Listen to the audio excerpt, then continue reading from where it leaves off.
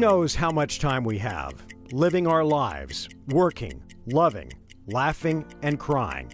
As the old saying goes, none of us are promised tomorrow, much less today. I was at the kitchen, just, putting glasses away, trying to do things, and kind of talking to Bruce. We'd done the whole house. We'd put all the furniture in, brought the boxes in. Donna and Danielle were upstairs. And Bruce sat down, and we were kind of talking, and kind of saw him out of the corner of my eye. He didn't, he kind of looked like he wasn't feeling too good, but he said it was his knees, bothering him. So I just kept on working. Well, then I saw him stand up, and he kind of took about 2 steps, and then just started to fall, and fell about right there. Unbeknownst to realtor Tina Johnson, her friend and client Bruce Cooper was having a massive heart attack.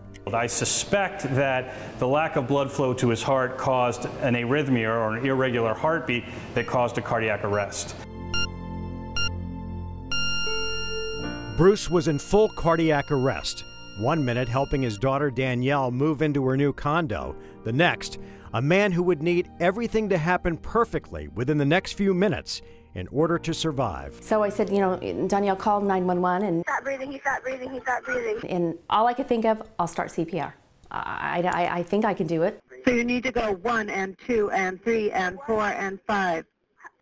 Keep doing that until the fire department gets there. They're less than a mile away. But timing was critical. Tina was doing CPR on Bruce's dying heart when first responders from Station 12 arrived.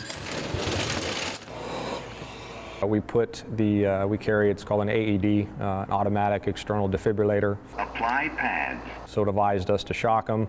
We pushed the button, it shocked him. Has quite a reaction sometimes. It did startle his wife a bit if you're not prepared for that. This story is full of strange twists and irony. Of course, we all work for Channel 12, and it was Station 12 and Ladder 12 that first responded and gave Bruce's heart that initial life-saving shock. Next on the scene was a paramedic who didn't realize he'd wind up trying to save his friend's life. I walk in the door, all I hear from somebody in the back of the house calling out to me is, "Gerard," and I realized it was Donna. And she said to me, "That's Bruce." And it's like, as soon as she said that, it's like my stomach just turned. Bruce had coached both of Gerard's daughters in basketball. His girls were best friends with Bruce's daughter. But as he looked down, his friend was dying. I know that part of your training is you have to kind of remain emotionally and spiritually detached so you can do your job. How much were you fighting that? I was constantly fighting it from the time I got there. But you just have to do your job. You have to do what you're trained to do.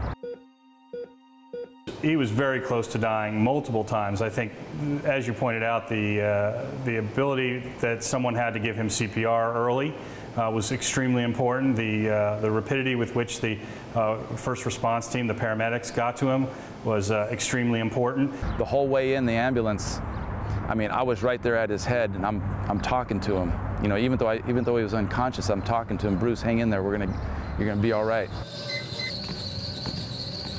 Now, fast forward 11 weeks, and Bruce is back from his near-fatal heart attack and triple bypass surgery. Oh my God, anybody have the clinic? Not only back where we need him in his sports chair, but more importantly, back for his family. Cherish the moments, my friend. That had already been through so much with the loss of their son Marquise in a 2009 boating accident. To learn that I actually died twice, was revived, medically induced into a coma for 3 days. That's a lot to put my family through. I can only imagine, the worry and stress that they're going through. I mean, this is certainly something that I wouldn't want my wife and daughter to experience without me being there with them.